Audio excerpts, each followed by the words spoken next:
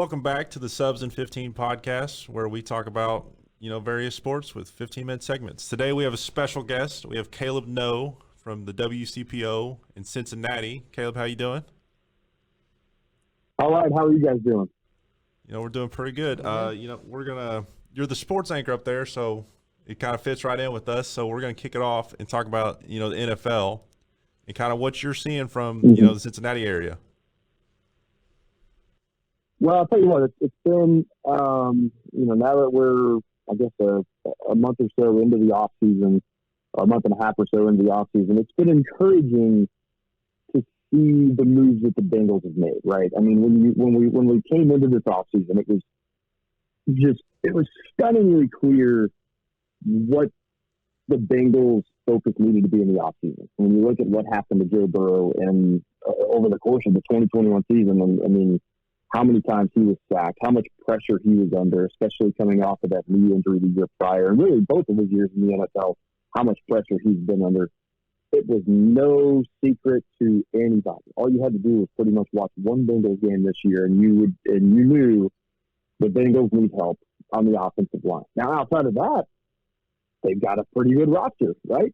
I mean, you look at, obviously it starts with Joe Burrow, but then the weapons he's got in the outside, they've built a pretty good defense, top to bottom, a defense that can certainly be competitive in the NFL, but you knew that they had to build that offensive line. So they come into this offseason and they make no bones about it. They come in here and they just signed Lyle Collins, former Dallas Cowboy. They bring in Alex Kappa and Ted Karras on the offensive line, and then Hayden Hurst, a tight end, who you think is brought in to replace C.J. Uzomah, who went up to New York to join the Jets. So, I mean, the Bengals have come into this offseason very intentional. I think that's the best word for it. They're coming into this offseason very intentional. And as a fan, you like to see that, right? I mean, because the Bengals they are clearly looking to win a championship. Like, their window is right now. Like, last year, they made a Super Bowl run. They weren't really in their window yet. Some people want to call that ahead of schedule. Whatever, call it what you want. They weren't in their window yet. Their window is wide open now. They are in their window where it's like, it's win now time. Like, there's no more building for the future. There's no more any of that. It is time to win now. And the moves that they've made have told you that that's what they're looking to do. If you think there's one weak spot they still have, I think Ryan will say it's Eli Apple at cornerback. But what's your opinion on that? Yeah, I mean, I think cornerback becomes a need, and I think you're gonna, or is a need. I guess you could say. I think that's one position that a lot of fans would tell you right now that they would like the Bengals to go after. With that late first round pick that they got. I think that pick probably becomes a corner or another O-lineman, because, I mean, let's be honest, like, the moves that the Bengals have made this offseason have been good. They've been moves that the Bengals have needed to make. But that's not to say that the Bengals necessarily have like an elite offensive line. They've got a good I think it's fair to say the Bengals have a decent offensive line now. But the thing about offensive line, I mean, let's think about it. It's 5 positions plus the tight end. You've got to have depth there. You absolutely have to have depth there. So don't be surprised if the Bengals continue to add to that O-line in the draft, with a couple of guys in the draft. But yeah, corner, I think you bring up and so the Bengals bring back Eli Apple. Eli Apple's interesting because the guys seem to like Eli. And I think Eli is probably he gets this reputation for I don't know. I think he's probably a little better than people probably want to give him credit for, but at the same time, is he the guy that you want to ride with? As your corner that takes you to the Super Bowl. I don't know. I mean, he was with them this past year, and unfortunately, probably, he was part of them getting to the Super Bowl, but he was also part of the Bengals. He made one of the best plays, and the Bengals run to the Super Bowl against Kansas City at the end of the first half there. So you can point to positive things that he's done, but he was outmatched in the Super Bowl. So I do think they need help on that in that defensive secondary. The answer to your question on if he's a guy you ride with is a resounding no. But yeah, right. But I actually do have a question for you. Earlier you talked about spending, right? Now, the Bengals in the last 20 years have had quarterbacks, I wouldn't say a carousel. They've had guys that they have dubbed their franchise quarterback, from Carson Palmer to Andy Dalton, right? Guys that they've run with and guys that they've built around and had some success with. But this is the first time that in my life that they've ever really spent in the capacity you're describing. What makes this run different from runs before? That's a really interesting question. I think the Bengals, over the course of the last 3 years, have made a commitment. They've made a commitment to winning, and they've made a commitment to turning this franchise around. And you look at some of the things that the franchise has done, and these things may seem somewhat unrelated, but fans for years and years have been begging for the Ring of Honor at the stadium. The Bengals did that last year. They made that happen. They bring in, because let's go back a couple of years to the 2020 draft. There were people saying, Joe Burrow, if you go to Cincinnati, you are ruining your career. You need to refuse to go to Cincinnati, and you need to go to Miami. Well, okay, so Joe Burrow goes to Cincinnati, Tua goes to Miami, and we see where those two players' careers are at right now. Not to say that Miami can't be good this year, because they've certainly put some pieces around Tua, and we'll see what happens. But I think the Bengals have recommitted themselves to being a championship franchise, and what comes with that is you're going to have to spend a little money. You're going to have to be active in free agency. You're going to have to be very calculated with your draft picks. And the Bengals have been all of those things over the last few years, and it's been maybe a little surprising to fans, right? I mean, when fans are seeing this happen, and when they're seeing the Bengals make this run to the Super Bowl, it's like, what do we do? Like, it's like what do I do with my hands thing? I don't know what to do with my hands, because a lot of Bengals fans have never seen this in their entire lives. I mean, anybody pretty much under 30 has never experienced anything like that. So it's surprising, but I think it's what this franchise truly, I mean, based on what you've seen over the last 2 seasons or so, it's what this franchise has committed itself to be about, and that's winning, and that's refreshing.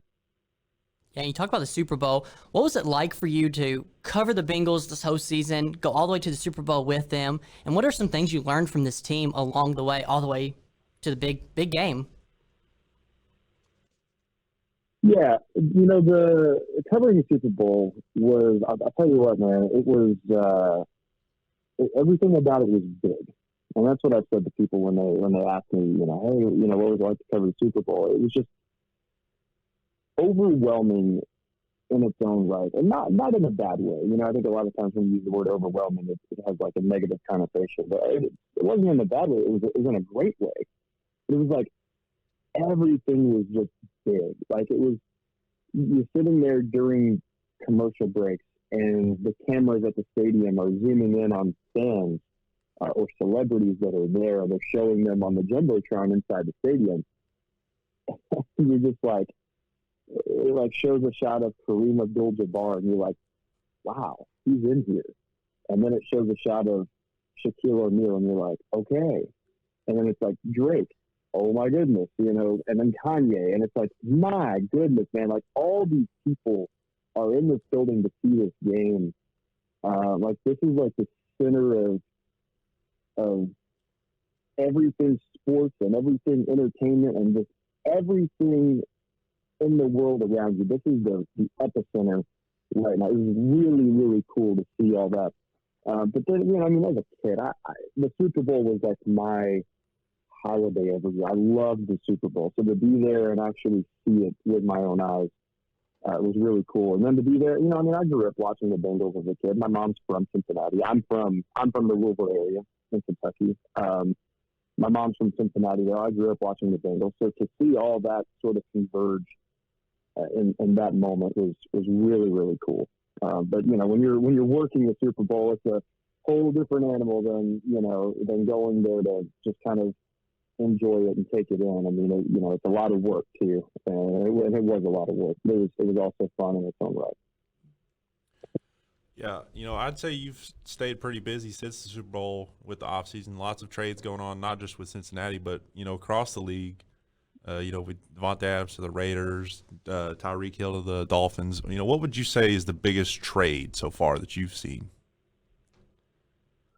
Ooh, that's a good question. I was just talking about that last night to somebody. I think Tyreek to the Dolphins is the most fascinating one to me, because they send over all of those draft picks. And so somebody came up to me like the day that it happened, and they were like, "Can you believe that they traded him to the Dolphins?" And I was like, "Kinda, yeah." I mean, because I can make sense of it, right? Because you sell high on a guy like that, you get a chance to bring in a whole lot of other assets. And, my feelings about it might be different for different teams, but you look at what Kansas City has been able to do with draft picks and how they've been able to turn draft picks into very talented NFL guys. And they've been a franchise over the course of the years that has been over recent years, but has been able to turn do really well in the NFL draft. I mean, look at even Patrick Mahomes. He was, I don't know, I don't want to be wrong, but he was not the first quarterback taken in that draft that he where he came into the NFL. The Chiefs have been able to do really well in the NFL draft. So if all those draft picks that you acquire there, if you can turn those into solid NFL talent, you can probably profit out of that trade. I really think that Kansas City, now the question becomes, what does Kansas City's offense look like without him? Patrick Mahomes has been able to at times do the the Bengals thing, right? The Joe Burrow, F it, Jamar's down there somewhere. I mean, Patrick Mahomes has been able to kind of say, F it, he's down there somewhere. Is he going to be able to do that this year? Probably not. So you kind of, put it on Patrick Mahomes to, how are you going to survive without him there? And so that becomes the question. But I think that if the Chiefs can make that happen in the draft, then they can be profitable out of that. Well, Caleb, that's all we have time for on the NFL segment. So next is coming up is the MLB. Yeah, we got a lot of stuff. I mean, you got the lockout finally ended. What was that like? What was your thoughts on the whole lockout situation? And it took forever, delayed spring training. What was your thoughts on that? Yeah, I mean, at a certain point in time, so the best way that it was put to me throughout that entire process, the best way anybody put it to me was Mo Egger. He's a radio personality here in Cincinnati, ESPN 1530. I was talking to Mo one day, and he said the scariest thing for me right now is that fans aren't angry. Like, you look at past lockouts and you look at past situations that may have mimicked this, and you had fans that were just mad and angry. He said when you look around this time, you wonder, are fans mad right now, or is it more like apathy? And fans, a lot of fans were apathetic, just like, whatever. There were fans that were angry, yes, but there was a lot of apathy, and that's scary. So I think that baseball needed to make this happen as soon as possible, because people are going to get distracted with other things. People are going to, People have got video games they can play. People, the soccer season, MLS season is underway.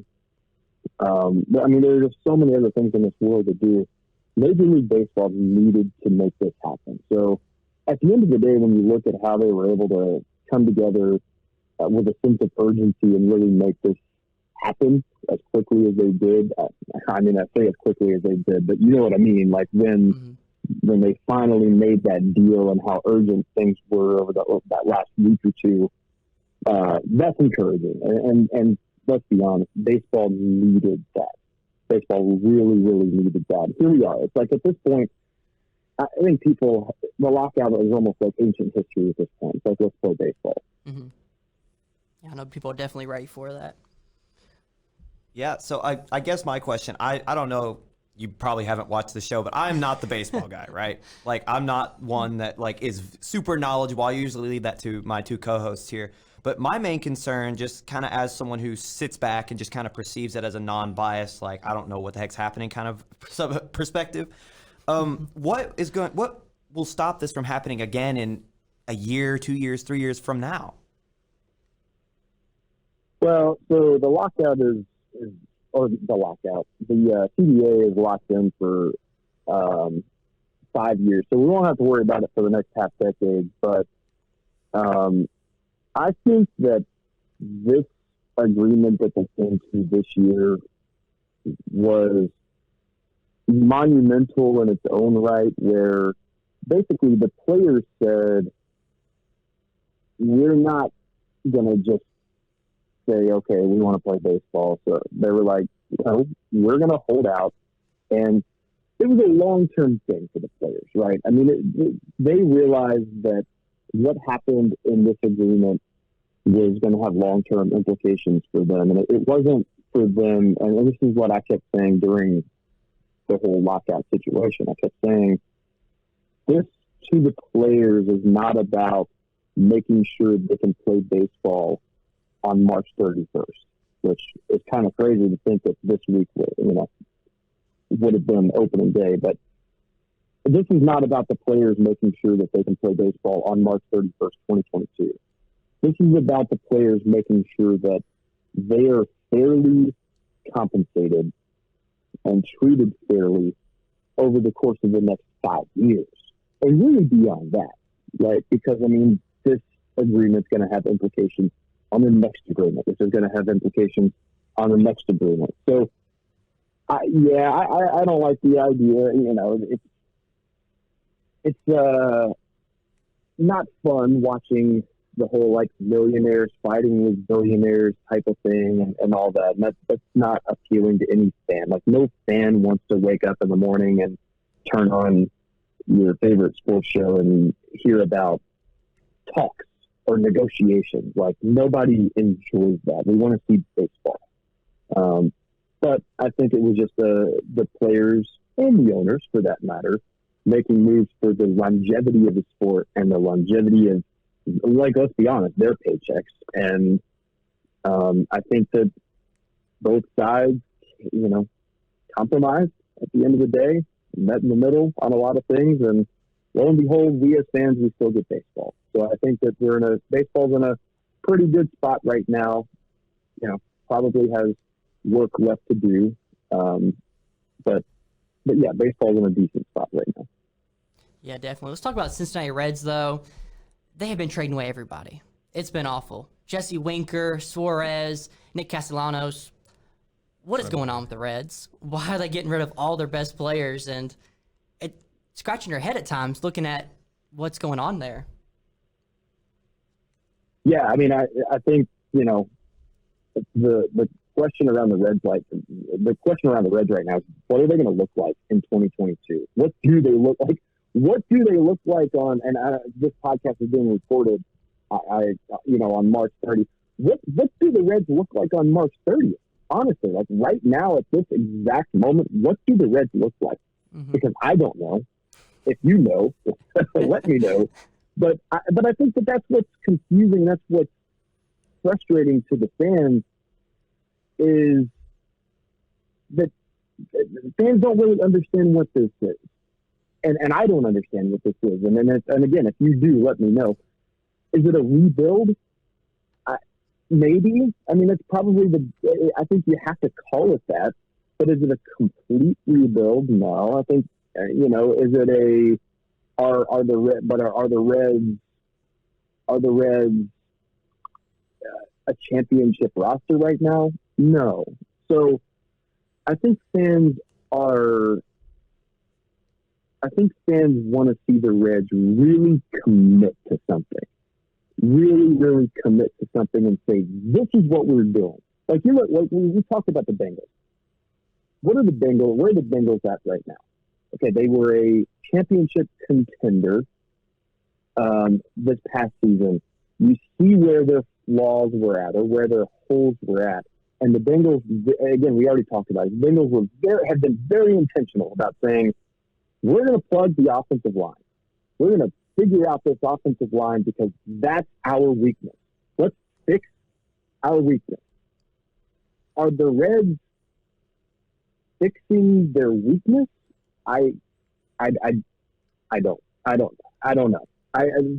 We'll see. But I think that one thing you can say about the Reds right now is that the moves that they've made, more than anything else, have spoken very, very loudly about how the Reds feel about Hunter Green and Nick Lodolo. They have made it very clear through the moves that they've made that they feel those guys are going to be in the starting rotation this year. And I think that's exciting to a lot of fans.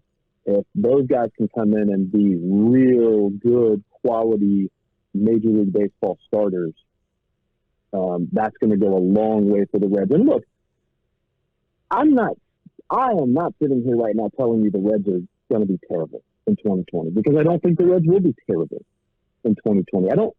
And if you want to throw the word tanking out there, I don't think the Reds are tanking. But that's the thing right now is like, do I really know what they are doing? I don't know. I think it's like a 2-year rebuild type of thing, and I think that's going to be frustrating for Reds fans to hear because they just rebuilt for like 5 years. They had a 2-year window, ended up with 2 playoff games where they got shut out in both games, didn't make the playoffs in 2021, but they were close. And then we're seeing the team get completely ripped apart right now. I wish I could tell you what exactly the Reds' plan is right now, but I think it's basically what you've seen is they've cut a ton of payroll, have tried to build for the future, and I think they have some younger assets on the team. Again, Hunter Green, Nick Lodolo, obviously Jonathan India, and then they bring in some other young assets and try to build on young talent. I don't know. I'm not crazy about the moves that the Reds have made. I also don't think they're going to be terrible in 2020. It's at this point, it's like we will wait and see. Currently sitting 6-4-1 in spring training. They've got wins over the Dodgers, 2 over the Giants, 1 over in division rival Milwaukee. So even though they've given away all these, fantastic pieces that they had, Sonny Gray, Suarez, they're still finding a way to win, I guess. So I guess not all hope is lost. But I feel like, and you might back me up on this, I feel like the Reds always start a rebuild before they finish their previous rebuild. I think you probably put that better than I put it in my whole rant just now. And I think that's kind of where Reds fans are frustrated right now. It's like, didn't we just get out of a rebuild and now we're rebuilding again? And then the team hasn't come out and called it a rebuild. They don't want to call it a rebuild. They say that they're trying to be competitive in the I don't want to misquote anybody, but they say that they want to build for the future but still try to put together a competitive roster for 2022. Now, again, I don't think, and you brought up spring training. Yeah, the Reds, when you look at the Reds roster right now, I don't, and you look at like their projected lineups, it's not a bad lineup. And I think there are Reds fans. I hope there are Reds fans who don't just like turn off your podcast because I said that. But I really don't think it's like a bad roster. And even when you look at the projections for win totals in 2022, a lot of the ones that I've seen still have the Reds at around 75 wins, which is not good, but it's not when you trade away all the star power and the developed talent and the names. I mean, Nick Castellanos, and then Jesse Winker, a guy who came up in your system, and Eugenio Suarez, who is the type of guy that could get on a streak at any point in time. Hasn't been great of late for the Reds, but a guy who could end up on a streak at any point in time. I mean, you trade away all those guys, and you're still projected at 75 wins. Again, not good, but I think the Reds have upside, and that's the best way to put it right now. I mean, you're moving Tyler Stevenson into an everyday role at catcher. You've still got Joey Votto at first base. You've still got the Rookie of the Year, Jonathan India, at second base. Oh, and by the way, you still got Mike Moustakas at third base. Kyle Farmer, that's solid shortstop, serviceable shortstop. And let's not forget we've got Nick Senzel. Like, am I allowed to throw that name out there because he hasn't seen the field much? But when he's out there, he's a good player. So I'm not going to jump and say the Reds are going to be again terrible in 2022. And then again, you bring in the two young guys, Lodolo and Green on the mound. If those guys could be quality major league pitchers, the Reds have a ton of upside, is what I'm saying. But I think the floor is low, unfortunately. So, yeah, Caleb, you talked about it earlier about this rebuild. We went through 5 years to get those 2 years of kind of hope of a playoff run, got swept in both, and then we missed the playoffs. When you say that, to me, it feels like this management jumped the gun. They freaked out whenever this rebuild that they took upwards of 7 years to complete and put together when they didn't make the playoffs last year. They freaked out and they went out to try to improve and get all these young prospects and said, well, this didn't work. Whereas a lot of other franchises across any other league, I felt like would have given more time. How would you say that that's true, or would you think that there's something else at play here? That's a good question. I think that the Reds probably looked at the assets that they had, that heading into this offseason, and decided they could, let's call it exactly what it is. They decided that they could sell off a lot of that talent, and some of it sell high on, being Jesse Winker, being potentially, Sonny Gray,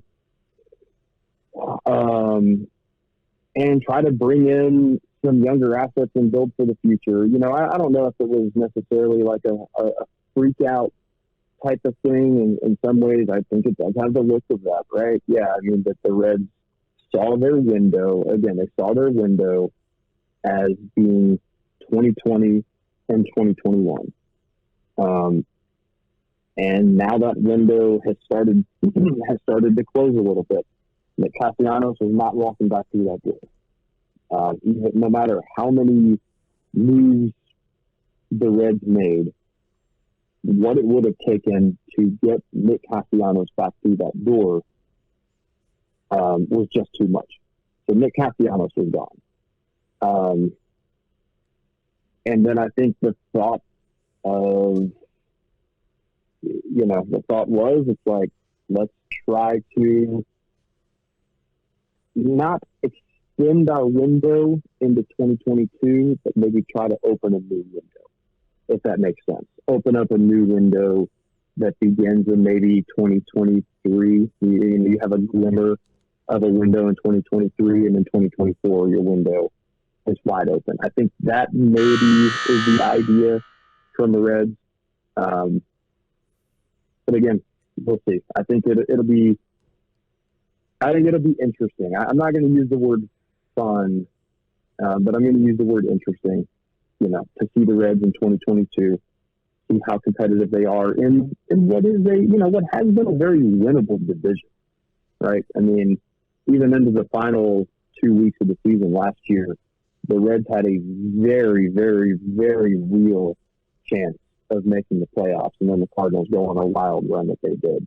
No, I think that the Reds, and they had two options. They could try to hold that window open from 2020 and 2021, or they could just kind of shut that window and try to find a different one. And that's the route that I think the Reds have gone. Well, that's awesome, Caleb. Thank you so much for joining us. That's the end of our NFL or MLB segment on the Subs and 15 podcast. Again, we appreciate you joining us. Everybody listening, go check them out.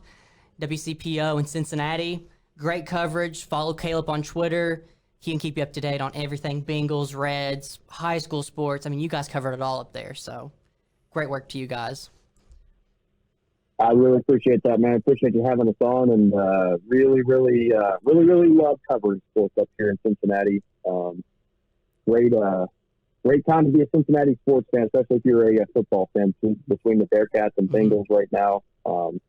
Fun time to cover sports in Cincinnati for sure. Definitely. I appreciate it so much, and stay tuned. Alrighty. All right, Caleb. For our third segment, we're going to swing it over to college basketball. We're getting close to the end here. We got the Final Four for the men and women. And we're going to start with the women's side. We have South Carolina playing Louisville. And we have UConn, who made it to their 14th straight Final Four, playing against Stanford. What's your all's thinking? I mean, that's an awesome lineup there. We got 3 1 seeds and a 2 seed. I mean, let's talk about that UConn, though, NC State game. Double OT. That was an amazing game. Yeah. Yeah. It was just fun to watch just as a basketball purist, just for the love of the game. You love to see matchups like that. Just heading in, you could tell that there was just this weird fire about the game. Like each team was kind of antsy to get going. And like what you said, it was just fun to watch. Like I every minute from beginning to end was just entertaining. I think the most surprising for me, from the men's and women's side, is normally on the women's side, it's pretty much clear cut of your ones make it and your twos make it. I want to talk about Creighton making an Elite Eight run as a 10 seed. You never really see that on the women's side. So, Yep. That's kind of like, I guess the women's St. Peter's, as the men's side we were talking about. So Creighton upset Iowa, and Iowa was legit. Iowa's a really good team. Iowa was one of those that, I filled out a women's bracket, and I had Iowa. I had Iowa going far in both, and they both let me down. I just want to say, Iowa, you owe me something. But the state of Iowa? The state of Iowa, yeah. Well, I mean, Creighton beat Iowa and Iowa State on their way. Here's what's fun. I need to look up her name because I used to know it, but I can't remember it. But the player that hit the buzzer beater to beat Iowa was a Iowa transfer on Creighton. So it was just it's fun to watch. That's just it's Hollywood can't write that. You love to see it. So that was I really need to I knew her name, and then the Final Four came, and now I don't remember it. Laura Jensen? I think so. I'm pretty sure that sounds right. But yeah, that was storylines like that is what makes either bracket awesome to watch. Yeah, it's always fun to watch. Especially when you get down to it and you have your Final Four. I mean, that's these are obviously the best of the best. Yep. That you would, well, for the women's side, I would say that. I don't know if we can say that for the men's side. Yeah, men's side's a different story. But now let's talk about the UConn, though. One more thing. No game this far into the tournament has ever gone to double OT. There was 18 ties and 26 changes in the lead. Ridiculous. That's crazy, and a game like that. And then, of course, Louisville, got to give them a shout-out. I was watching that game, screaming at my TV the whole time. I was happy. Finally beat Michigan there. Michigan's a really good team. I mean, they had a few people out with injuries there that hurt them. But for Louisville to win, moving on now to South Carolina, that's going to be a tough matchup. Defending national champs, it's going to be tough. This is where the road ends, man. I don't know, because look, Louisville can take a page out of Kentucky's book because Kentucky beat South Carolina. You're right. Yeah. So, it's like, hey, we're in-state rivals, but you know what? You want to help us out here? This is vengeance tour right now, though. Exactly. Like for South Carolina. Is it? But yeah, man. They look listen, man. You lose in the SEC tournament to an upstart UK team who, speaking of UK women's, they lost all 3 of their leading scorers going into next season to the transfer portal, which is ridiculous. Our recruiting class is meh. So you just that quick tidbit on the UK women, it looks like we're not going anywhere for a while. So so appreciate what we had while we had it. Yeah. But just with all that knowledge, and you see where UK stands and where South Carolina is currently, you just have to think, if you're them, like, we shouldn't have lost that game. We should be SEC champions. And now, like, I feel like, yes, they're defending champions, but they still got that chip, man. So I love Coach Dawn. She's awesome. Yeah, she's awesome. So, Speaking of Coach Dawn, I've heard there's potential that she goes to the men's side and gets a coaching job in the men's There SEC. have been a lot of talk about her potentially joining, I think, was it not LSU? I think it was Georgia, but then Georgia? Mike White went to Georgia. So I could see her. Well, I mean, she could stay at South Carolina. Better say the men's side is Frank Martin got canned. He's at UMass now. I've seen something about that. Hired at UMass, yeah. Great hire by them. Yeah. But I would love to see her coach on the men's side, just because I would love to see that transition and to see how she goes about making the change. But at the end of the day, it's basketball, so she, like, her core and everything would be the same, but those changes in, like, halves versus quarters, like in men versus the women, like, how do you handle those relationships? Are they the same? Like, those are the kind of deals I want to know from that kind of transition, because we've never seen that before. So that would be I want to see it so I really bad. do too. Especially with her staying at South Carolina, like, that's she's built that program up. I mean, basically from the ground up. Yeah. So the fact that she could stay there and then coach the men's team, obviously Frank Martin wasn't taking notes from her as he should have been, because I mean, she's winning national titles and he's. It's still a loaded SEC. That would be the other thing too, is that, like, in the loaded SEC, you add a coach of that caliber onto that South Carolina. Say if she stays in SC, right? You add that kind of caliber. Another thing that I would love to see is how her recruiting strategy changes. Because like think about it. You can pitch to any recruit in the nation. Look at what I've done. It does not matter that it was on the women's side. It doesn't matter where. You know what I mean? Like, I am a championship caliber coach, taking what is or could be a championship caliber team. Now look at what we can do if we were together. And so I would, like I said, I'd love to see it. That'd be fun. And talking about coaching changes too, Sam Purcell, the assistant coach for Louisville, he actually just got the head coach job at Mississippi State. So that's a big up hire for him there. Talking about the SEC, I mean, he's going to have to rebuild that program there. He's been under Jeff Walsh for years. I want to say since 2013, 2014 he's been there. Made Final Four runs there with Louisville. Now he can kind of rebuild that Mississippi State team that's not the best in women's basketball, but that's a pretty good hire for them, I think, too. There's lots of coaching openings, like, on both sides of men and women. Yeah. Especially in the SEC for some reason. It's like, I mean, for the most, unless you were like a top 4 or 5 team, you kind of got washed. Yeah. Well, the biggest coaching change that I saw that would be, well, I don't want to say the biggest. In terms of storyline, it's the biggest, right? But I feel like it's a great fit. Shaheem Holloway to Seton Hall. Shaheem Holloway, St. Peter's coach, everyone knows, played for Seton Hall. Once again, I'm blanking on the former Seton Hall coach's name. He's now in Maryland. But I just feel like you take a look at what he was able to do with St. Peter's, and you, like, everything he was talking about, just how hard they play. They had one of the best defenses in the nation. And we talked about when we were going over our tournament predictions that teams with good defenses usually go farther. And St. Peter's did nothing but prove that. So I feel like you take that winning mentality he's had, the fact that he's a homegrown from there, was the 1996 McDonald's All-American MVP over Kobe Bryant. Just to let you know, like, he is a stud, or was a stud of a player. So I like that. I know this is on the men's side, but of both, I feel like that will quietly be one of the best hires we've seen in the last 15 years. Definitely. Yeah, let's move over to the men's side, though. Talk about St. Peter's. They made a good run. I mean, losing to North Carolina, but like we talked about before, North Carolina's they've been hot especially postseason. I mean, that was amazing. I mean, losing to them by a big loss there, 69-49, but still good run for St. Peter's. I mean, to beat Kentucky, Murray State, Purdue, I mean, some top teams right there. It just looked like St. Peter's ran out of gas near the end there. They came out flat, and, like, not to say they couldn't have won, because obviously they had beaten all those people you had just said, but just to start the game 9-0 and to be down in a hole against a team like you just described, that hot. Yeah, it was sad to see, but like at the end of the day, there's nothing but celebration on that side. Definitely. Because they're getting a banner. Oh, yeah. Yeah, I mean, that's... I mean, you got to hang something up there, especially like, I mean, I talked about North Carolina. They were getting hot at the right time. I mean, they won their first 2 games by like 20 points each or something. Mm-hmm. I think they beat Marquette by even more. It was almost 30, I think. Kind of close against Baylor, kind of close against UCLA. But, I mean, then, we talked about it, 20 points against St. Peter's. And then we reach the first time ever that Duke and North Carolina play in the tournament on Coach K's farewell tour. Doesn't seem real. Like, that doesn't seem like that's correct. Like, the fact that they've not played at all. You can't tell me it's not scripted. I don't care. It's scripted.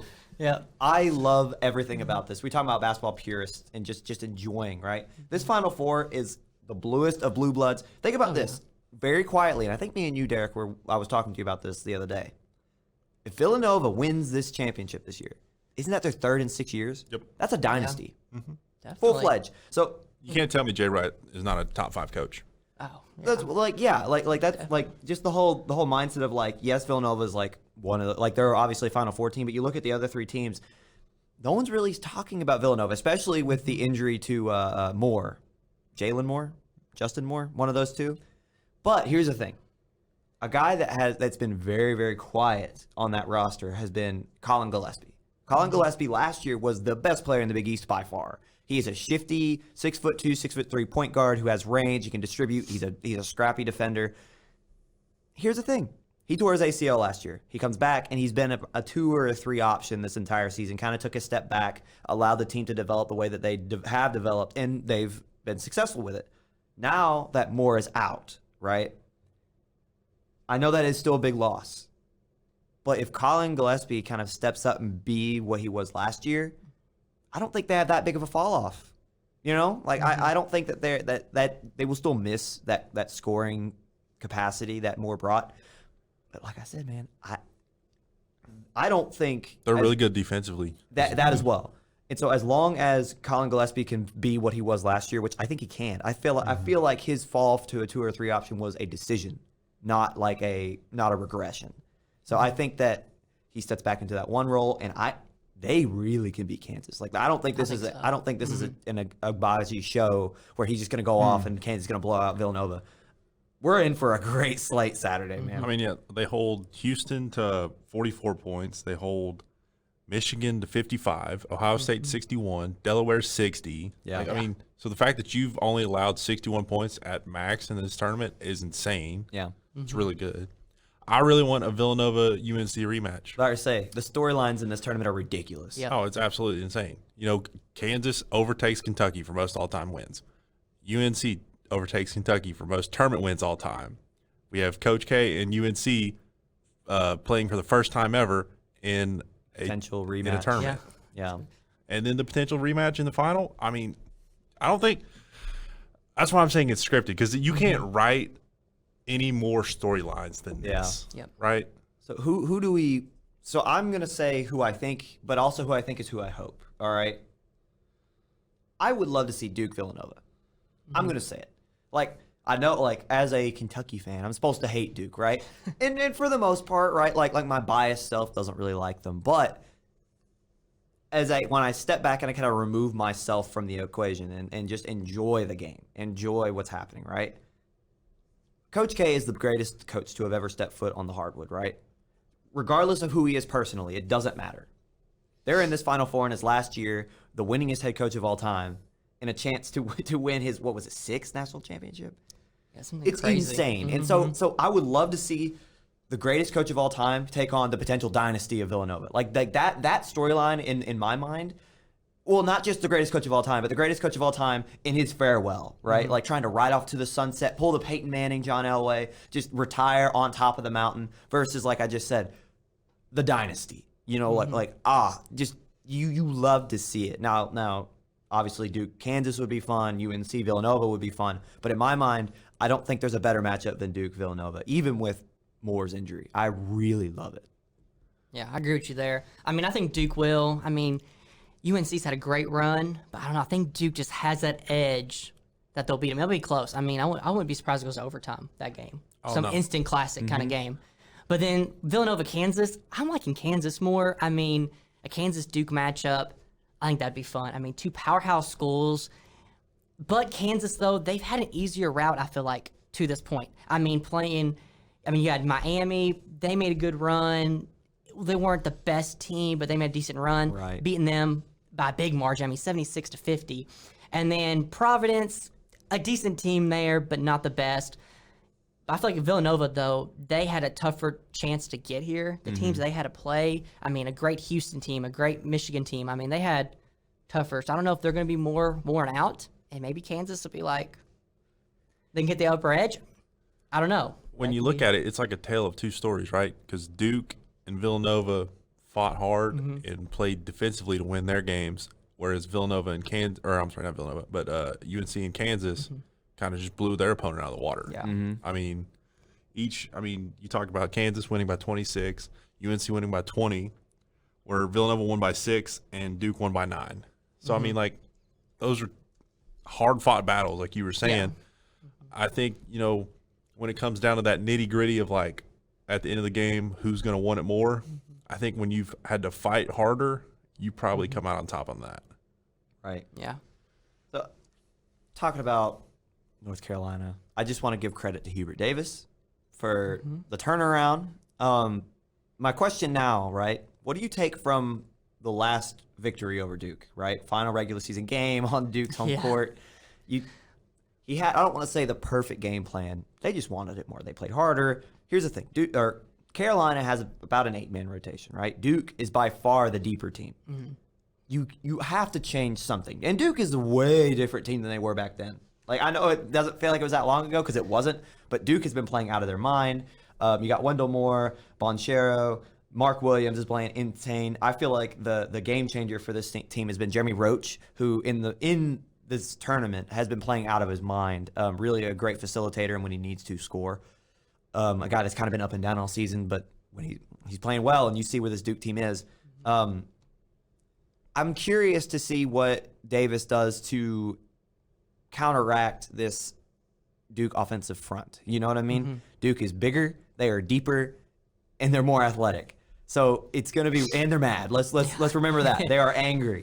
So it's going to be like I'm curious what the decisions and the, you know what I'm trying to say? Like how will Hubert Davis react to what Duke might bring? I think you just kind of stick with your game plan. Like Armando Bacot and Brady Manick have been leading this team the entire way. Right. Like those two offensively and defensively, Brady Manick looks like a Viking that I don't even want to mess with that man. Like he spaces the floor. Yeah. Bacot is like creating space down low, regardless if he has the ball or not. Like something that I was describing with somebody else the other day is that the one thing I love watching Armando Bacot for is because anytime anyone drives to the rim as a guard, like Caleb Love, for instance, right, or R.J. Davis, one of those two are driving to the rim. Bacot is down there sealing off, creating space, stepping between the defender and the driver, and just creating this beautiful opening for these guards to attack the rim with, which is a game changer, especially when on the opposite side of that, if Baker can't necessarily, because Williams is, or not Williams, what was his name? The big, Mark Williams. Mark Williams. I keep wanting to call him Winston for some reason. Mark Williams is a big guy, right? He averages just a hair under 3 blocks a game. So it's going to be hard for Bacot to keep him out of the paint all game, right? Say if Williams gets the upper hand on a play, you just talked about Brady Manick out there, a big who can space the floor, bring one of those shot blocking bigs out of the paint, but also can absolutely stroke it, right? You have another guard in Weather or Davis and Love. But on the flip side of that, right, we were talking about the size of Duke. North Carolina doesn't have that type of size on their bench. They don't have the depth, especially in their size, for if an Armando Bacot gets in foul trouble. So I don't know. There's a lot more. Obviously, I'm not going to say I want Duke to win. I think Duke will win. I think you got to look at like the experience from UNC, right? There's a lot of it. Yeah, on the Duke side, Banchero, freshman, Keels is a freshman. I think you have 2 freshmen on the entire roster for UNC. That just shows, Hubert Davis kind of inherited this team and is like stuck with the game plan, and that's why they're here. Obviously, shaky start to begin with. They found their groove. They found what works, and that's why they're here. So I think if Hubert Davis sticks to his game plan, hey, we did this against Duke, we won. I don't care if they're mad. We're doing the same game plan. Right. Yeah. My question now, because I'm looking at this roster, what will Leaky Black, 6'8", guard forward who could play the 2 through the 4, how will he be used in this game too? Because he's a 3-and-D type of guy. He's not a guy that's going to light you up, but he can score a He can little some, bit yeah. defensively. Like, do you play him, like say Armando gets tired and you want to take him out? Do you put Manic at the 5 with Leaky Black at the 4, 3-guard lineup? Like with Garcia, Love, and Davis, and then try to run that size out? Like, Yeah. you know what I mean? Like, play fast, play quick. Like, is that something that you try to do? Or even with Baycott in the game? I think you leave him at the 5 because he's more of that, like you're saying 3-and-D. Like, Baycott? no, I'm talking about Leaky Black. Oh. He's your kind of like more defense-minded person, whereas Armando Baycott, can do both, but I feel like he's better on the offensive end. You're right. I just don't think Leaky Black is that kind of guy who can play the 5. Like, I think he's a very stretch 4. I just don't think he's got the physicality because he is 6'8", but he's only 200 pounds.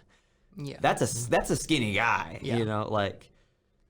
I mean, he is averaging the most blocks he's ever had in a season, though. I mean, that's fair, but like. So obviously he stepped it up. I mean, that's still it's 0.7. Right. I'm Yeah, not but still, gonna say it's amazing, but like. one.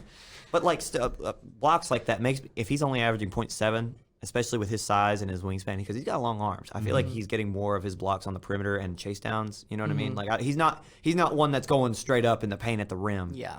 Blocking shots like Baycott is. I mean, in the tournament, he's played 34 minutes, 40 minutes, 39 minutes, 33 minutes. So obviously he's key to this success of the North Carolina team. Yeah. If he's playing that many minutes, obviously he's not scoring that many. But I think, like we were saying for Armando Baycott, he just kind of like creates that space in the paint that allows these guards to, go in for the layup. Or, if he's blocking out, maybe Manic or Baycott can get an offensive rebound and put it right back up. Right. Yeah. And, sorry, go ahead, Zach. I was just thinking, like, if NC State can keep the pressure on them, though, and keep a fast pace, I mean, if you can get fast break layups here and there, I mean, that could help them there. And, pressing, I think that could help. That could be a key for that game there. Yeah. Because, I mean, they're going to be – it's a tough battle with Duke. I mean, the size they have, the people they got on that team. I think it comes down to It's gonna Wendell be Moore. close. Really? If Wendell Moore pops off for Duke, I think they win. But if he's having a lackluster game, Yeah. Yeah. I think UNC takes this. Yeah, because Paolo is going to get his bucket. Like, something that will be interesting to see, we're talking about that speed. This man, everyone knows that it's been the storyline of the season. This man loses 7 pounds a game, has to drink a special liquid because this guy, he plays so hard and he sweats so much, right? Can you use that to your advantage if you're a fast and kind of small North Carolina team? Yeah, like, who. But here's the thing, though. Why haven't teams done that previously then? Because I feel like he's so accustomed to it now. Just kind of like going back and forth, like devil's advocate here. But yeah, it'll be fun. Yeah, good stuff. Hop over to the Villanova Kansas matchup now, because Yeah. we just dissected the crap out of Duke, North Carolina. Yeah, I mean, Villanova, Kansas, like we're talking about, I mean, Villanova's had a great run to get here. Do they have enough in the tank to finish it off? I think that's the biggest question. Because I know Duke has the pieces there. They have the skill. I'm not concerned about them. I'm more concerned Villanova. Do they have all of it together? I mean, they've beaten some good teams, but like we talked about, they've been close. So I don't know. I mean, I'd like to see them win, because especially the Big East. I love the Big East. Louisville used to be in the Big East for a long time. It's nice to see them on the big stage. Right. It's good to see, SEC schools and, Big Ten and all these other schools on the bigger stage, but it's nice having those smaller conferences Yeah. out there. I mean, both teams are on a 9-game win streak. Yeah. Yeah. So, but, like we were talking about for Duke, North Carolina, Kansas is the better rebounding team here. Villanova is obviously the better defending team, in my opinion. So I think it'll be kind of like the same as like, can Kansas get out and run and use their length and speed, or does Villanova slow this game down, play like a St. Mary's style where it's, real slow, I think if this game stays under 65, Villanova wins, but I think if we get into the 70s and the 80s, Kansas runs away with this. I agree with that. I do think that you're onto something there, that Villanova will run that. I wouldn't call it St. Mary's style, because that is an extreme. And if they do run it, it will be dare I say, better coached. Not to say that St. Mary's coach is a bad coach at all, because he's a great coach, obviously. With He's no Jay Wright. No, he's not. But like also with St. Mary's, we discussed it before. They got in a lot of troubles with late shot clock because they were so patient, almost to a fault. Whereas Villanova, they're the epitome of jumping off 2 feet, rebounding with 2 hands, like layups off 2 feet, make 3 passes before you shoot. So it's going to be that type of offense, and I think slowing the game down is the way to go. Mm-hmm. But also, you need to put yourself in a position to get those rebounds and those boards. So I don't think that it's as extremely slow as one might think, because Villanova is going to want to get some of those points that are in the fast break, those gimme points that they might pass up otherwise in a game. But yeah, I genuinely think I really like Villanova in this one. I don't know why. I just do. I mean, both these teams are very similar, though. Looking at their stats from this season, both are around the same field goal percentage. 3-point wise, though, Villanova has upper hand there. They have shot better from the 3, so that could be a game changer for them. If they can knock down threes early on and extend the lead, that could help them. Free throws are about the same. Rebounding is about the same. So they're very close on a lot of stuff. Turnovers, I mean, Villanova averages 10, while Kansas averages just over 12. Mm-hmm. That could be a factor. Could the turnover battle there? And who scores the most off the turnovers? Could that be the difference maker? I mean, obviously I was saying, if we keep this low score, Villanova wins. But, I mean, Villanova can score. They scored 100 in a game this year. So, it's not like they can't score. Where a Virginia would keep it to 40 to 32 or something. Yeah, but I think what you said was right, just because they lost their second leading scorer. Well, yeah. So that's what I'm saying. If we keep it strong on the defense for Villanova, and we don't let Kansas just run and burn us, Villanova takes this. But is Abaji? Yeah, Abaji, yeah. Abaji will he could. It's kind of where I am with Duke and North Carolina. It comes down to Abaji for me. Where it came down to win more for Duke, it comes down to Abaji. If Abaji has 20 points and got 15 in transition, Kansas is going to run away with this, and I don't think there's any question about it. But I like Villanova in this matchup. That's fair. So who do we say? We said 2 out of 3 say Villanova. Who do we say? Duke, North Carolina. We didn't take a vote. I'm going North Carolina. I'm going to go Duke. I'll go Duke as well. So, Duke, Villanova. Duke, Screw Villanova. you guys. Yeah. You're going to be wrong. Listen, when I get my North Carolina-Villanova matchup for the rematch, all right?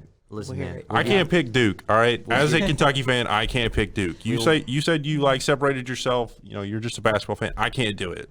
That's fine, man. That's fine. Look, Coach K is the greatest of all time, but he sucks. It's like Tom Brady. I can't stand Tom Brady either. He's the greatest of all time, but he sucks. That's fine, man. That's fine. Hey, no judge. A little bit, but we're not allowed. I'm just kidding.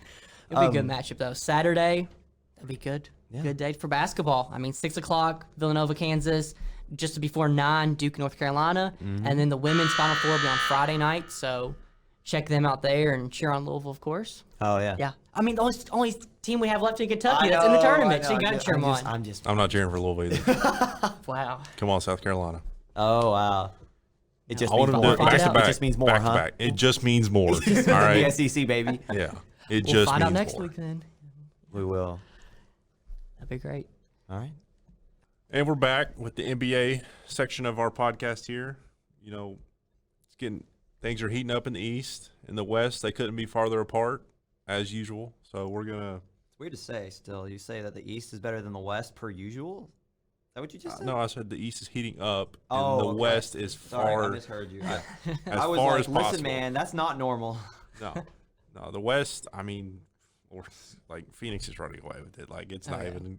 I mean, they've already locked up the 1 seed. Memphis is locked up a playoff spot. Right. I think the Warriors can still catch them. But I really want to start off with the Lakers falling out of the playoffs. Yep. Mm-hmm. Do you all think that they can make a comeback? If they get Anthony Davis, then I think that there's a chance for anything. But the question is, do you just reload for next year? Do you let him get healthy? Do you take the long route, pray that LeBron doesn't have to get traded or released, and go about your business? I don't know. They're in a position where they really shot themselves in the foot. Obviously, you can't help injuries, but everyone kind of said this was kind of the consensus was oh, you're too old. And it's proven to be a reality. They don't shoot well enough. They get injured too much. They're not fast enough They're not good enough defensively. LeBron has been playing out of his mind. I do think he should be in the MVP conversation, and it's not good enough. Yeah. Which is sad because like he's in his downward trajectory in his career supposedly, and and he's not going to make the playoffs. Like it's just a sad reality. Yeah, they've struggled. I mean, lost last 3. In the 11th, I don't see them making a comeback. I mean, they can win some more games, but it's getting too far right now, I think, for them. Yeah, I mean, the Mavericks absolutely cooked them last night. I'm going to throw it out there. My MVP pick, Luka Doncic. You got to let it go, man. Nah, it's happening. It's happening. Him or Jaw. Those are my 2 picks. Jaw. Jaw, I can see. Is it Jaw? It's Jaw. Jaw. Jaw. Not like jaw. It's jaw. Like Jaw? J-A, something like jaw. that. Yeah. I mean, I know how to spell it, but like It's not jaw. It's not J-A-W. It's we're from J-A. Kentucky. You're from Scott County. I don't want to hear it. I'm actually okay. Listen, we're not going to get into that because Anyway, this man pulled out the big guns. Anyway, I like staying in the West to start because usually we start in the East. Yeah. Currently, as you mentioned, Memphis is sitting at the 2, and I want to read a quick stat and then I want to follow that up with a question. Do you know what Memphis is without Ja Morant? You're going to see it on your screens here. Nothing. As a team, they're 17-2. They play without Ja 19 games, and they've won 17 of them, which is ridiculous. So what does that say more of? Does that say that this team doesn't need Ja per chance, or does that say that this team is just that good and they're that deep? You know what I mean? Like, I think there's an obvious answer here, but I'm curious what you guys say. I think, though, they have the pieces to be good without him, but with him, they're just on that extra level. Right. They're just even better with him. And he's more of their centerpiece around that program, but there's also teams, like players around him that are just as good that can win on any given day. I kind of want to look at, like, yes, they're 17-2 without him, but who are they playing? Because if they're playing, like, Oklahoma City and Houston. Like the Magic or somebody, yeah. If they're playing this, like, lower level. Yeah. Well, that is a very good point. But, like you say 17-2, that means they're 36-21 with him, which doesn't sound very good. But when you piece them together, they're 53-23. Yeah. So they're really good. He's a superstar. You can't discredit his talent and what he's done. Mm-hmm. But I think it just speaks to how good this Grizzlies team is. Right. I think I think they've kind of been there, but I think you have to put them into like title contender. Oh yeah. Mm-hmm. Yeah, and I don't ask that question to be like arrogant and try to say like, oh, the Memphis is better without Ja. No, I'm not trying to say that at all. I'm just for the sake of question because it is interesting, like you just said. The record with Ja versus without looks obviously it's a bigger portion size with. It doesn't look as good like at all. But like you said, when you add them together, I just was curious the thoughts of the room because I don't think it says anything other than.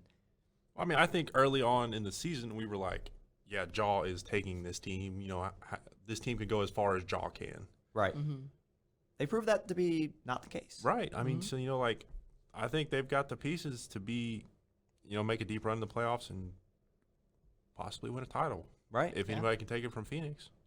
Right. Phoenix is playing out of their mind. They're 9-1 their last 10 games. Chris Paul came back, and it's back to business as usual. Right. Yeah. They're like 9 games up. Is that what you said? Yeah. They're 8.5 up on Memphis, 13.5 up on the Warriors. I really think it's Phoenix's conference to lose at this point. I think it's Phoenix's final to lose. Yeah. Oh, yeah. Speaking of like the rest of the West, an interesting storyline is developing in our play-in, other than the fact that LeBron's probably not going to be in it. Paul George returned to the Clipper lineup last night, put up 34 points and 6 assists on 10 of 20 shooting, is 6 of 9 from 3. A really good return for a guy that hasn't played in 3 months. Now, they currently sit at the 8 seed? Yes, they currently sit at the 8 seed, 6 games back of Minnesota, who, as we've discussed in previous weeks, has been playing out of their minds since the All-Star break. Another known fact is that if the Clippers make it out of the play-in and they make it to the playoffs, there's a good chance Kawhi makes a return. What does that mean for these upper echelon teams who are potentially waiting for that matchup? If they run into, even if it's been months and months since they played together, as we just saw with Paul George, who came back and instantly played out of his mind, what could that mean for this 1 or 2 seed? Better watch out. I mean, yeah. We just talk about the Suns running away with it, but man, if they got to run through Kawhi and Paul George, who are just angry, anything's possible. A long playoff series could really derail a team later in the playoffs. Like, it doesn't really matter that they beat that series. If they go 7 against the 8 seed, when in their minds are like, oh, like we just said, it's their playoffs to lose.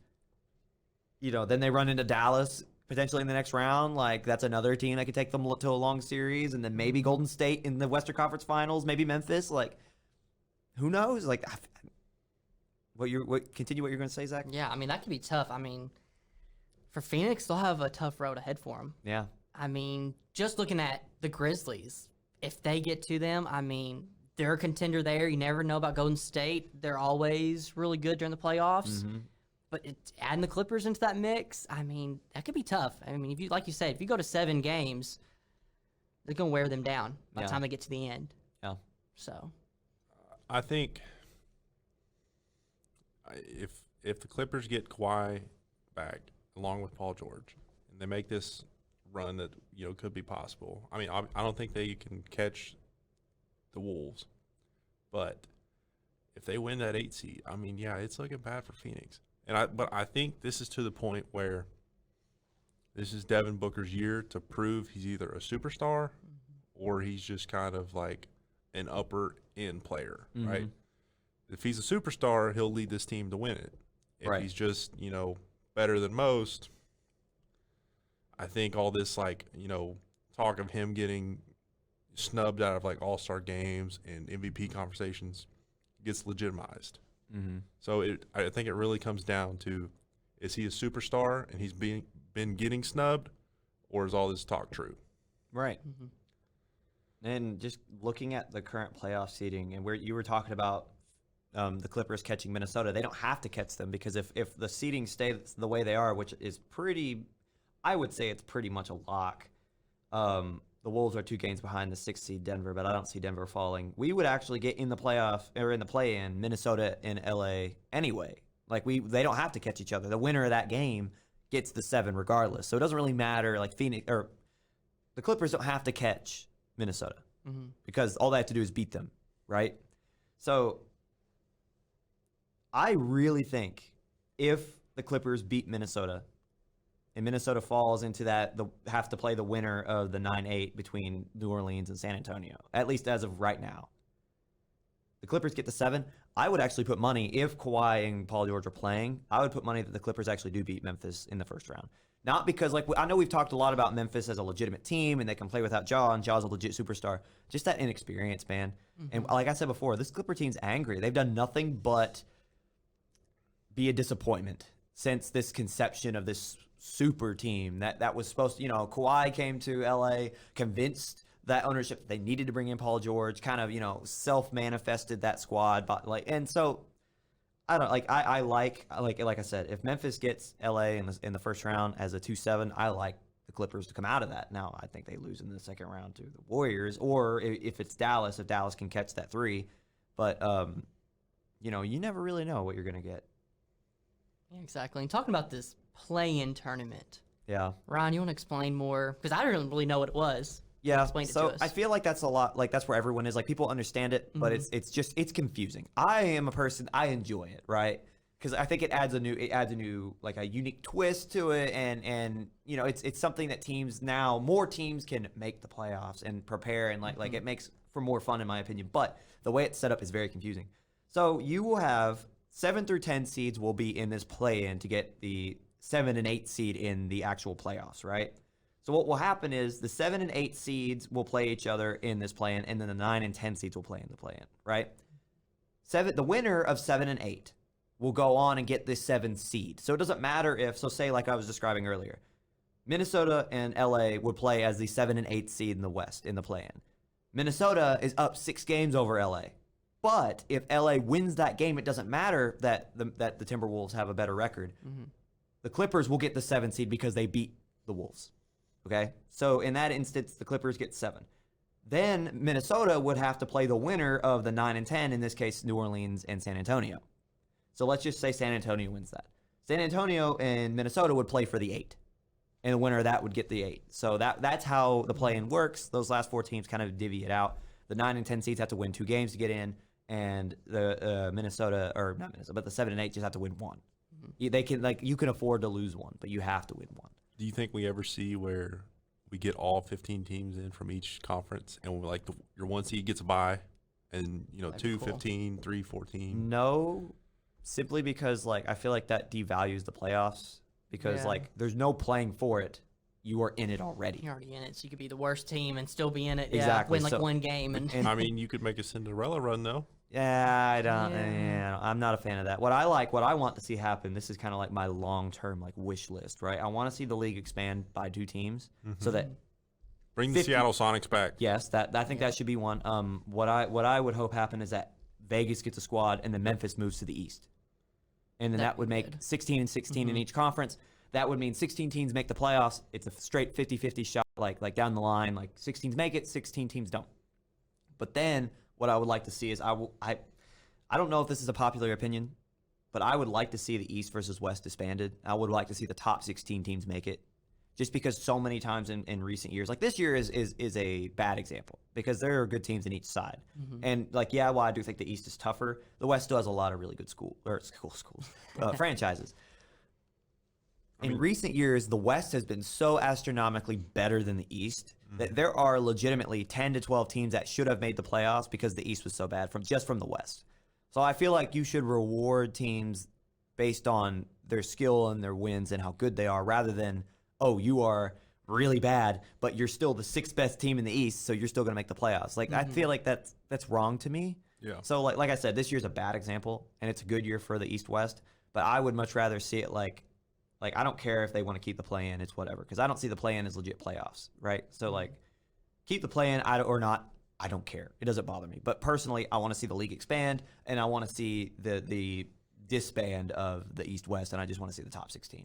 Yeah, you were talking about, the West normally doing better. The 12 seed in the East is actually better, or is the same level of competition as the 9 in the West. Talking about record? Yeah. Yeah. That's what I'm saying. Like Washington, the 12 in the East, is the same as New Orleans, the 9 in the West. Yeah, that's what I feel like like you were saying, normally the West is far beyond better, which we've been saying it forever now, that top 3 or 4 are so much better than the top 3 or 4 of the East. Yeah. Right. And I feel like in a situation where you have 16 teams from either conference, it doesn't matter, right? It's just Detroit can play Phoenix in the first round, right? The Lakers and the Celtics can play in the first round. I feel like you add some more to those rivalries. Imagine 3 or 4 years ago if LeBron's Cavs played Steph's Warriors in the second round. You know what I mean? Like that, it would make more interesting matchups earlier. It would, because right now people don't watch the first round. No one cares. That's the first round is so predictable. Right now, the NBA playoffs are the most predictable playoffs in any sport, which is sad because it's still fun to watch, but no one's going to watch because they knew, for instance, we're talking about LeBron's Cavs, they knew the Cavs were going to the finals. It didn't matter if they were the 5th seed. It's going to happen. But if you make these really interesting matchups, imagine if Dallas went on to play Toronto in the first round. That's a great matchup. You introduce new rivalries. You introduce that's just that's my opinion on it. I know, like I said, probably very unpopular, but I think it would be fun. I would enjoy it. And it adds a sense of I have no idea who we're gonna play. We could go all the way to Toronto. We could go to LA. We could go wherever. Well, yeah, I mean, you kind of bring in college basketball style where you seed everybody and hey, Kentucky drew St. Peter's. Yeah. Or Villanova drew Delaware. Yeah. I'm not saying that it's a draw, but I'm saying 1 through 16 in the NBA should get in.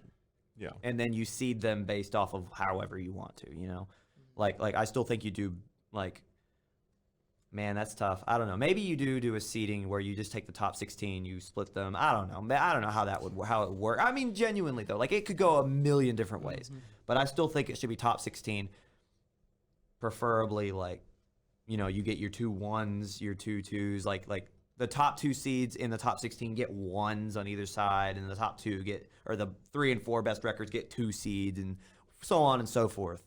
And that would make tiebreakers more important, and that would make regular season more important because in the NBA you only play. So if you're in the East, you only play Western Conference teams twice, right? So it's oh crap. if we get a tiebreaker, then who knows how the seeding will go, and then it'll be based on how much we won in that last game that we played, and who won by more, even though we split, and then it makes regular season more important. It makes first rounds more important, and it makes it harder to get into the playoffs, which creates drama, and it's fun, more entertaining, more fun to watch, and so on and so forth. That'd be some good stuff. But Eastern Conference though, coming back to reality. Yeah, come back to Eastern Conference. I mean, the Heat, Bucks, and Celtics. Yeah, who's going to be in first place? Vying. I mean, and the Sixers are only a game and a half back. I know it's close. I do think that line has been drawn though. Like the difference in tiers. I think that the teams that are in the top 3 are A tier, and the teams like 4, 5, and 6 are B. I don't think the Heat holds on. Embiid a B team? Huh? You call Joel and B? Team. Oh my God. I just don't think they. He's your MVP, and you just call him a B tier. After watching like this, there's a lot more questions than I felt like there should have been answers for in Philadelphia. You know what I mean? Like I'm disappointed to say that, because when this trade happened and the first few games played with James Harden happened and they blew out teams and such, I was very confident in them. Not anymore. I just don't think. I don't know if it's an assimilation thing to where James is like taking his time, like he's learning how to play with them. I don't know what the issue is, but they went from being the 2 to the 4 pretty quickly.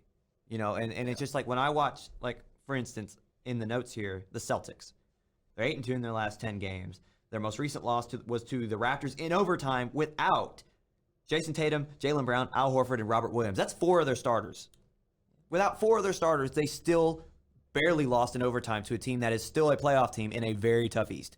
Like you know what I'm trying to say here? Like that type of game does nothing but make them deeper. What was only an 8-man rotation now gets expanded to 9, 10, maybe even 11, because you've got guys that can legitimately play. You know what I'm saying? Mm-hmm. So it's like when I look at, and I think that obviously the Heat have been struggling, but like it can go without saying that the Bucks and the Heat have been hot, and like I look at those 3 teams when I look at Philadelphia. I don't think they match up. I think Philadelphia, yes, they have the star power, and I even called it myself the best duo in the league. They've just not been playing like it, And so I think if the playoffs started today, I would have so much more confidence in Boston any day of the week. Mm-hmm. Well, I mean, obviously, Philadelphia would play the Chicago in the 4-5. I assume you got Chicago taking that. See, that here's the thing. Like a week ago, I would have said no. Been like, nah, Phoenix is going to, or I keep wanting to say Phoenix. Philadelphia is going to blow them out of the water. But after watching Philadelphia, just kind of like they struggle a little bit. And, there are a lot more, like I said, questions and answers, or I should say 2 or 3 weeks, but more questions than answers. And if Chicago can get healthy, which they have been, like, who knows, honestly. That series would be fun to watch. I would hope it would be Chicago for reasons that I will not describe. But, Bulls fan? Hey. Yeah. But yeah, like right now the seedings are, you've got Boston and Toronto, which as we just saw was a great game even without 4 starters. Mm-hmm. I still think it'd be a great series. I think Boston would win it in 5 or 6. As you just said, Philadelphia and Chicago. I would probably give the edge to Philadelphia right now in a close 7-game series, 6-7. Sorry, go ahead. What blows my mind here, right, is your 1 seed in the East is almost the same games back as your 10, right? So the difference between 1 and 10 is 9.5. The difference between 1 and 2 in the West is 8.5. Is almost the same, yeah. That's mind blowing. It's tough, man. The East is tough. Like, and we've always talked. Well, we've kind of talked about it, but it's always been like the running joke of like the East sucks. Least of the East kind of deal. Yeah. Mm-hmm. Yeah. But it's way more competitive than the West. So does that make it better? I would say so. Or would you say the West is still like far superior? I would say it just depends on what you mean by better. Because like when you say better, my mind thinks of like entertainment. Like, is it more entertaining? Is it more fun to watch? Then I say yes. But in terms of talent, I would probably still go the West, just because you got guys like Chris Paul and Devin Booker in Phoenix. You got Luka in Dallas, Donovan Mitchell and Rudy Gobert in Utah. Like, you can just go down the line of these playoffs teams and you're like listing stars. Whereas like you can do the same for the East, but like the 6th in the East is Toronto, and while that's a good squad, when your best players are Fred VanVleet and Pascal Siakam, like those are great players. Don't get me wrong, they don't stack up. So you know what I'm trying to say here, like that. In terms of talent, I would give you West, but in terms of entertainment value, I'm going East. But yeah, you look at these other potential seedings. Like I think Brooklyn wins in the play-in and they get the 7 against Milwaukee, a rematch from last season, which is another fun one. That would be awesome to watch. Then I think Cleveland will beat either Atlanta or Charlotte to get the 8th seed against Miami. So I think Miami, in that sense, if they get Cleveland, I think they run through Cleveland pretty quickly. Then they get the winner of Philadelphia-Chicago. I think they actually would win that series. But Miami's a hard one to read because they're either one of the best teams you've ever seen or they're one of the worst, and it's because of how they're built. Like, Jimmy Butler's a great star. But Certified bucket. like like they're great stars, but like you never really know what you're going to get with them. Like they peaked earlier this season, and now that they're healthy or healthier, and they're trying to I always use the word assimilate, but that's the best word. Try to get those pieces to fit back together. You never know what you're going to get. They lead the league in 3-point percentage. Oh yeah, they do. Yeah, no, like they're a great squad when they play good. Like it's not like a Boston or Milwaukee of recent who every game you know they're going to play well, even with other starters. Like Miami played better when they were hurt. Yeah. So yeah, you don't know. Like I think it'll end up probably being Milwaukee and Miami in the Eastern. I just want to throw this Think out so? there. I found a wild stat. Bam Adebayo has not attempted a 3-point shot this year. He's been hurt too. I mean, he still played 51 games, but like Yeah, the fact that someone in the NBA hasn't attempted a 3-point shot, it's kind of wild to think. like, I feel like everybody in the NBA just shoots threes. Yeah. Like even Karl Anthony Towns is like the best 3-point shooting person on the Timberwolves. No, you're right. Not like sticking with Miami. They've lost. So they recently beat the Kings by 23 at home, but they were on a 3-game slide to the Nets, Knicks, and Warriors before that. All 3 of those were at home, which is unfortunate for them because they had a 4-game home stretch and they lost 3 of them. So, like we were just talking about, you never know what you're going to get. And in looking at the rest of their season, they've got 6 games left. They go to Boston, Chicago, Toronto, then they host Charlotte, host Atlanta, and then go to Orlando. So they got a pretty tough last 6 games that could really see them drop. And who knows? Who knows? Looking forward to it. It's getting close. April 16th, the playoffs start. So Exciting coming up times. quick. That's all the time we have this week. So be sure to check us out next week to see what updates we've got. We'll have a national champion for the men and women next Yep. week. We will, yeah. We will. So Good. appreciate y'all sticking around and watching. See you next week.